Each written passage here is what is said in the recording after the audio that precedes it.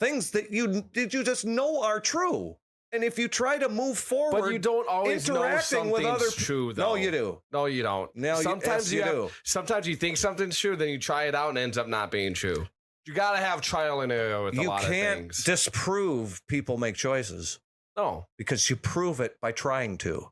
No, but that's just one example. Unless you're a godless materialist and you say, well, these are all just sounds that have deterministically, emanated from your vocal cords based on random quantum fluctuations or some stupid garbage like that. Whoa, that was a whole lot of fucking big words. I've listened to a lot of snake venom, salesmen out there. I mean, they're everywhere. Dude, these people included. Dude, people who string words like that together, sometimes I don't know if I'm just a dumbass, but it just it numbs my brain. And they use all these fucking abbreviations for shit. Yeah, but when I say godless materialist, you know what I'm gonna say. It's always the same. It is. Because it's all it is. It's just a rote repetition of the same lies over and over again. Here's a good video I found. Watch. How about this one? Okay. The lie that invented racism. This one's kind of long, though. Oh God! I was actually going to ask you to do a search for Charlottesville, and it's in the picture. All right, Charlottesville. Yeah, if you want to give this guy a run, I'm up. I'm game. Okay, we'll watch a little bit of it. We'll watch bits and pieces of it. Hold on, you're gonna hear the ad for a second because I'm broke, but you guys can subscribe to us if you want to, so we can get YouTube Premium. That's the only time I would ever subscribe for YouTube Premium, is for you guys, so you don't have to suffer through these fucking ads. Okay, so this video is a TED Talk. It's titled "The Lie That Invented Racism" by John Biewen. I think it's... or what's Phil's jab at that last name? It might be Beaven. Biewen, something like that. Sometimes W's or V's. What is up with us white people? Yeah, what is up with you guys? I've been thinking about that a lot the last few years, and I know I have company. Look, I get it. People of color have been asking that question for centuries.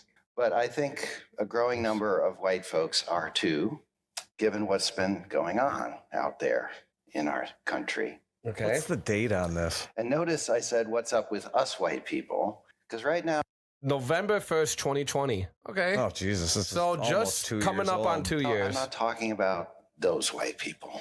Not those white people. With the swastikas and the hoods and the tiki torches. They are a problem and a threat. They perpetrate most of the terrorism in our country, as you all in Charlottesville know better than most. Oh, well, this guy is... But I'm talking about something bigger, guy's more pervasive. I'm talking about all of us, white folks writ large. Let's talk about the Karens and the Chads. He's doing the big circle that says white people. It's pointless. Don't be racist. Good white people. Good white people. Any good white people in the room?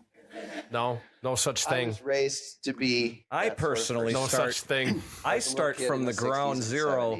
No good people. Parents. It makes reasoning a lot easier. At the time showed that only a small minority. This guy's not interested in that. Of white Americans approved and supported Martin Luther King and his work with the Civil Rights Movement. Okay, for everyone who may have missed that, this guy just said only 20% of white people actually approved Martin Luther King and his work. While Dr. King was still alive. I'm proud to say my parents were in that group. Oh, well, you get a gold star.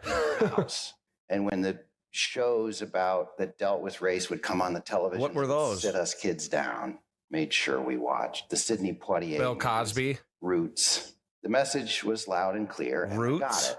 Racism is wrong. Racists are bad people. I think I saw somewhere that Roots was... At the same time, we lived in a terrible adaptation of a historical thing. And I'll just speak for myself. I think that allowed me to believe that those white racists on the TV screen were being beamed in from some other place.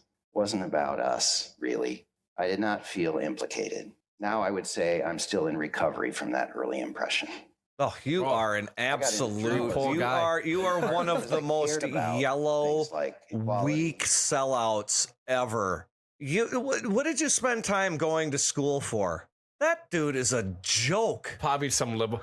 I'm trying to recover from the idea that I'm not automatically racist.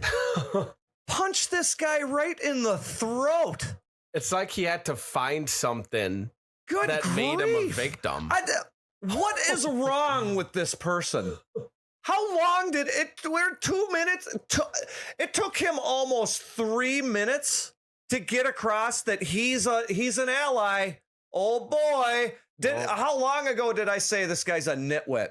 Probably before we even clicked. It was within the first minute, and here we are at almost 3 minutes in, and now we know absolutely for sure that this guy's an ally.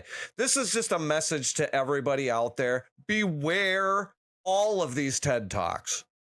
I have watched hundreds of them. I really like some fucking TED Talks out there. So you watch your mouth. There are a handful that I've come across that were actually substantial and had some good information in them. How about this? 95% pure garbage. It's always a political agenda. It's always targeting somebody, and it's always trying to elevate a group for no reason. It's always inverted. Everything, what they do on these, it's insane.